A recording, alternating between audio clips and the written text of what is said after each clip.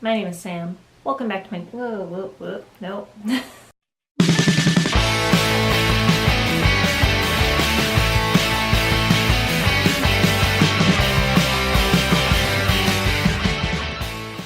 Hey everybody, my name is Sam. Welcome back to my channel. Today I'm going to be doing a tag video. I was tagged in the Briggs Book Tag, and it was created by Jade at Jaded Reader, and she actually tagged me in her original video, I think about 1,000,000 years ago at this point, and I haven't had a chance to film it.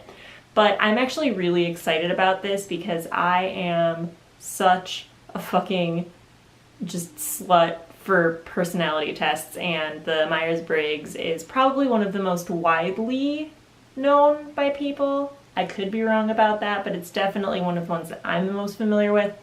And if you're not familiar with it, I will link all of the information down in the description so you can kind of read up on it for yourself, take the test, figure out what your personality is. But the idea is that there are 16 main personality types, and they're all based around 8 possible individual traits. So you can be introverted or extroverted, intuition or sensing, thinking or feeling, and judging or perceiving. So, and each of those is indicated by a letter, which I'll put up on the screen, but I am introverted, intuitive, feeling, and judging, so INFJ is my personality type. And this tag takes all of those individual traits as well as the personality type as a whole and kind of creates a tag out of it, which is pretty awesome. And so it's a 5-question tag. Like, there are way more than 5 questions, but you only have to answer the 5 that are relevant to your personal Myers-Briggs personality type. So I'm going to go ahead and answer them for INFJ for myself. So first we have I for introvert. Excuse me while I look. It's all in a Google Doc, by the way, which I will also link down below because Jade thinks of everything. So I for introvert. You can be outgoing, but need to recharge with some calming solitude. Where is your favorite place to read and unwind? Why is this little oasis where you choose to go? And for me, if I'm reading, then I'm usually in here in my little personal library that I have kind of put together for myself. I have this cute little reading chair in the corner with like a little table and a lamp, and I light a candle and I make some tea and get some blankets, and that's just where I hang out. It's a really comfy chair, and I've had it since I first moved into my own apartment like 10 years ago, and it's just like my own personal little happy place, and I like to be near my books. I get to look at them. If I'm not physically reading, then I will hang out in my living room and I will either watch YouTube or a TV show or listen to an audiobook while I'm working on a puzzle. Next is N for intuition. Some books are meant to be understood and others are meant to be explored. What book or character stands for an idea that is deeply meaningful to you?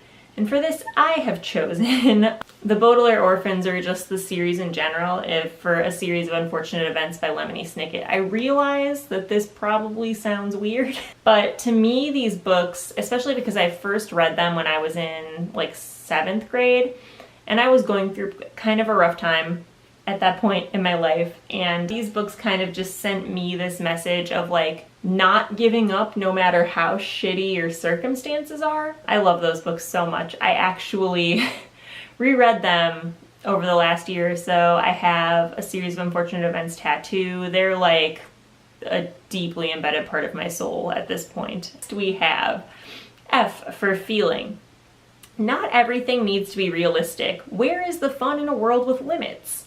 Which fantasy world do you find so atmospheric you slip inside and never want to leave? Put simply, a book with good vibes. And this is a recent read for me, but I am going to go with The Wayfarer from The Long Way to a Small Angry Planet by Becky Chambers. That book just made me so happy. I loved it so much. I loved all of the characters, the entire crew of The Wayfarer. They're all just wonderful, and I wanted to hug all of them, and I wanted them all to hug each other, and it was just, I don't know, I wish I could live there and never leave, and it was great. Alright, and then I've got J for judging. All play and no work leads to chaotic disorder and anarchy.